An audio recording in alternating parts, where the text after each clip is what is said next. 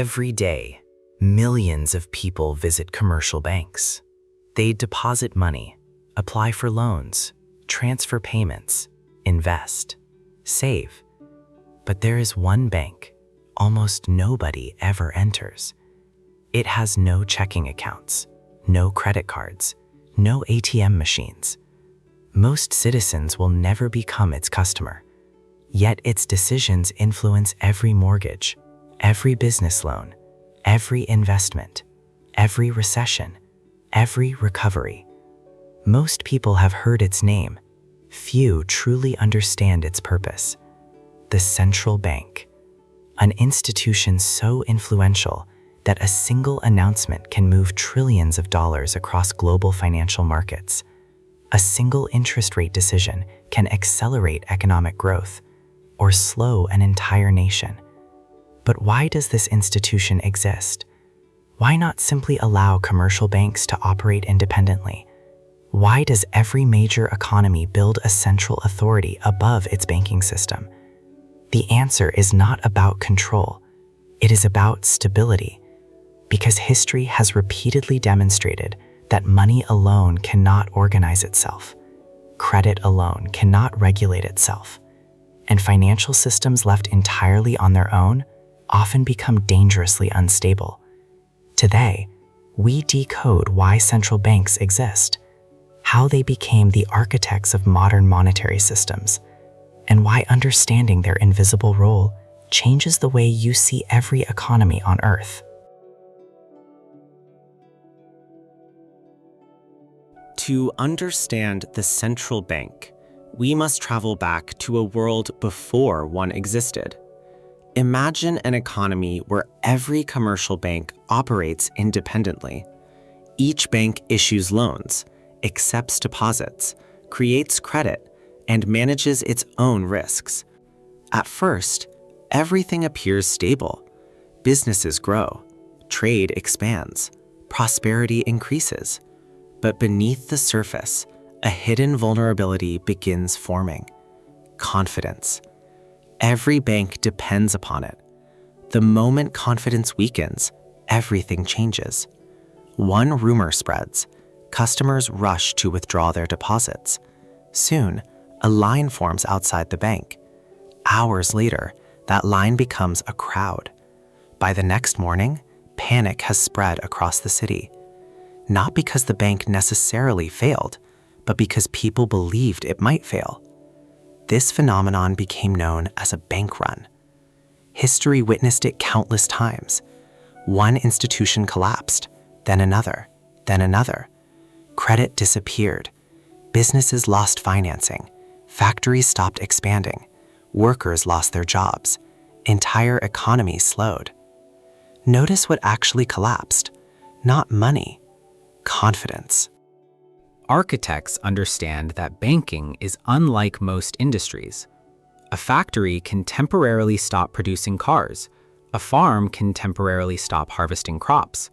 But if confidence disappears from the banking system, the entire economy begins losing its ability to circulate capital. That realization transformed economic thinking. Governments and financial leaders reached an important conclusion.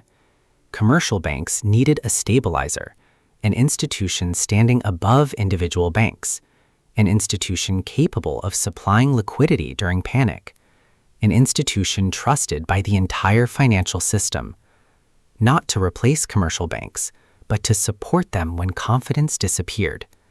That institution became the central bank. Its purpose was never to compete with banks. Its purpose was to stabilize the architecture surrounding them. Most people believe central banks exist to control money. Architects know they were created to preserve confidence. Because without confidence, no monetary system can survive. And without a functioning monetary system, modern civilization cannot sustain large-scale economic cooperation. Most people think the central bank controls the public. Architects know it primarily supports the banking system itself. This is why it is often called the banker's bank. Commercial banks hold accounts at the central bank. They settle payments through it, borrow emergency liquidity from it, and rely upon it to keep the financial system functioning smoothly. Imagine thousands of commercial banks operating as individual cities. Each city trades with the others every day. Money constantly flows between them. Some banks receive more deposits.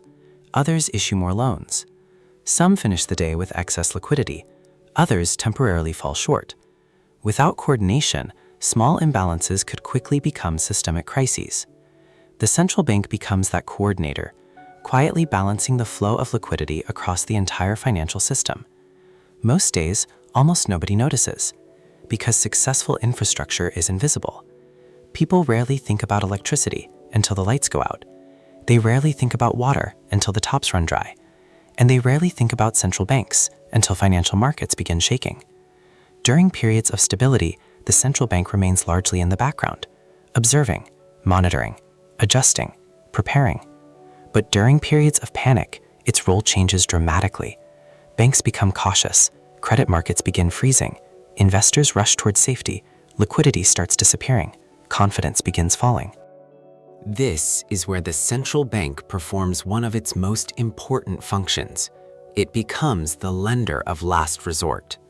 Not because failing businesses deserve unlimited support, not because investors should never face losses, but because a temporary shortage of liquidity can quickly become a permanent economic disaster. Imagine a healthy business unable to pay employees, not because it is unprofitable, but because banks suddenly stop lending. Imagine factories closing, not because demand disappeared, but because short-term financing vanished overnight. The central bank exists to prevent temporary financial panic from destroying long-term productive capacity. Most people believe central banks rescue banks. Architects know they are protecting something much larger, the circulation of credit. Because once credit stops flowing, the modern economy begins slowing almost immediately. Businesses postpone investment, consumers reduce spending, employment weakens, confidence falls even further. One problem creates another, then another, then another. The central bank attempts to interrupt that chain reaction, not by eliminating every crisis, but by preventing panic from becoming systemic collapse. This is why its decisions ripple through every corner of the economy, not because it controls every transaction, but because it influences the environment in which every transaction takes place. The central bank does not replace markets. It protects the monetary infrastructure that allows markets to function. And without that invisible infrastructure, modern finance would become remarkably fragile. If the central bank is not creating prosperity, what exactly does it control? The answer is surprisingly simple. Not the economy itself, but the cost of money. More specifically, the cost of borrowing money. That cost is called the interest rate. At first glance, an interest rate appears ordinary, just another percentage, another financial number. But architects know it is one of the most powerful prices in the entire economy, because every major financial decision begins with one question: is borrowing worth the cost? When interest rates are low, borrowing becomes attractive. Businesses build new factories, develop new technologies, expand production. Families purchase homes. Consumers spend more confidently. Investors search for opportunities offering higher returns. Credit expands. Economic activity accelerates. Now imagine the opposite. Interest rates begin rising. Loans become more expensive. Businesses delay expansion. Consumers postpone major purchases. Property demand weakens. Investment becomes increasingly selective. Credit slows. Economic growth begins cooling. Notice what changed. The central bank never instructed businesses to stop investing. It never ordered consumers to spend less. It simply changed one incentive, the price of borrowing, and millions of independent decisions changed naturally. This is how modern monetary policy works, not through commands, through incentives. Architects understand that incentives shape behavior more effectively than instructions, because every entrepreneur, every investor, every household responds to the economic environment surrounding them. The central bank quietly adjusts that environment. Imagine the economy as a vehicle traveling along a winding mountain road. Pressing the accelerator too aggressively may cause the engine to overheat. Pressing the brakes too suddenly may stall the entire vehicle. The objective is balance, steady, measured, adaptive. That is precisely the challenge facing every central bank. Grow the economy without allowing inflation to accelerate uncontrollably. Control inflation without unnecessarily pushing the economy into recession. Maintain confidence without encouraging excessive financial risk. No decision is perfect. Every adjustment creates trade-offs. Lower interest rates encourage investment, but they may also encourage speculation. Higher interest rates stabilize prices, but they may also slow employment.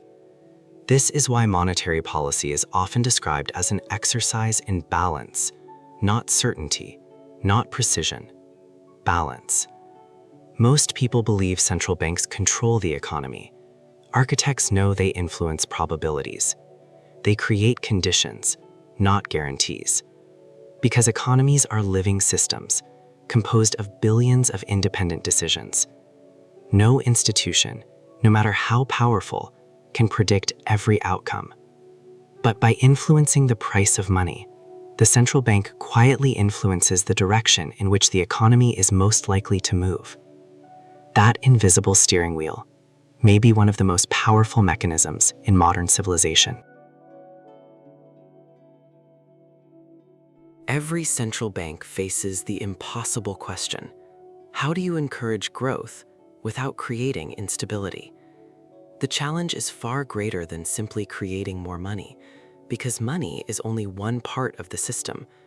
Confidence, productivity, investment, consumption, employment, inflation, financial markets. Every element influences the others.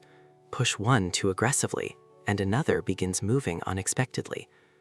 Imagine filling a reservoir with water. Too little, the river begins drying up. Businesses struggle. Employment weakens. Economic activity slows. Too much, the reservoir overflows. Prices begin rising. Speculation accelerates. Asset bubbles expand. Financial risks quietly accumulate beneath the surface. The objective is never maximum liquidity. The objective is appropriate liquidity, enough to support productive investment, not enough to encourage reckless speculation. This explains why central banks constantly monitor the economy, employment data, consumer spending, business investment, inflation expectations, credit growth, financial stability, not because they wish to control every outcome, but because each indicator reveals how the monetary system is responding. Most people believe inflation is the enemy. Architects know uncontrolled instability is the enemy. Inflation can weaken purchasing power. Deflation can discourage investment. Financial crises can destroy confidence. The role of the central bank is not to eliminate every problem. It is to reduce the probability that one problem triggers many others. This is why monetary policy often changes before the public understands why. Interest rates may rise, even while unemployment remains low. Interest rates may fall, even before a recession officially begins. Architects recognize that central banks are rarely responding to today's economy. They are positioning for tomorrow's economy. Because monetary policy operates with delays, a decision made today may influence borrowing months later, investment next year, inflation years into the future. This makes central banking fundamentally different from most institutions. It cannot focus only on the present. It must continuously evaluate possible futures. Notice how extraordinary that responsibility truly is. Every decision affects households, businesses, governments, financial markets, international capital, exchange rates, and investor confidence. One adjustment can ripple across the global economy. Most people see interest rates changing. Architects see probabilities being adjusted, because the central bank is not steering a machine, it is guiding one of the most complex adaptive systems humanity has ever created. and every decision becomes an exercise in balancing stability with progress. At this point, the role of the central bank begins to look very different. It is not simply another government institution. It is not merely a building filled with economists. It is the architect of the monetary environment. Notice the distinction. Commercial banks create money. Businesses create products. Workers create value. Investors allocate capital. But the central bank shapes the environment in which all of those decisions take place. It does not decide which company succeeds. It does not choose which entrepreneur becomes wealthy. It does not determine which technology changes the world. Instead, it influences the conditions under which those outcomes become possible. Imagine a farmer. The farmer cannot command a seed to grow, but the farmer can prepare the soil, provide water, remove weeds, create the conditions for growth.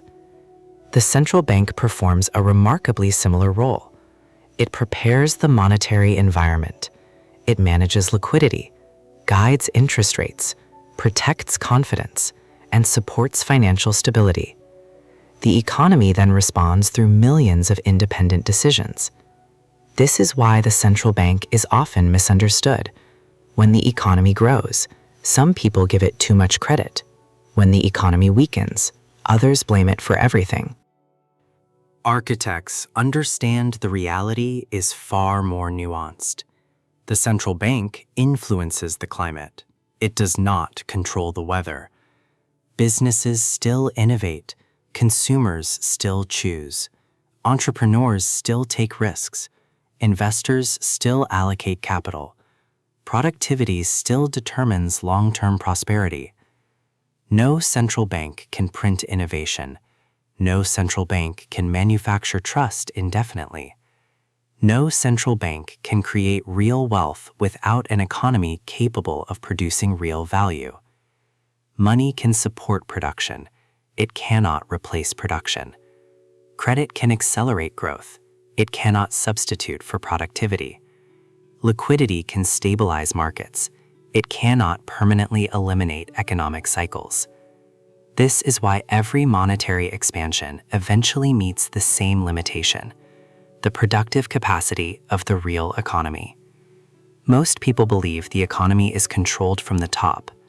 Architects know it emerges from countless decentralized decisions.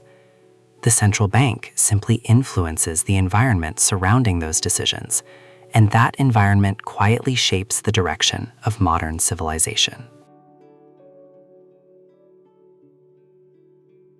The greatest mistake in economics is focusing only on visible events. Interest rates change, markets rise, inflation falls, recessions begin, recoveries follow. Most people stop there.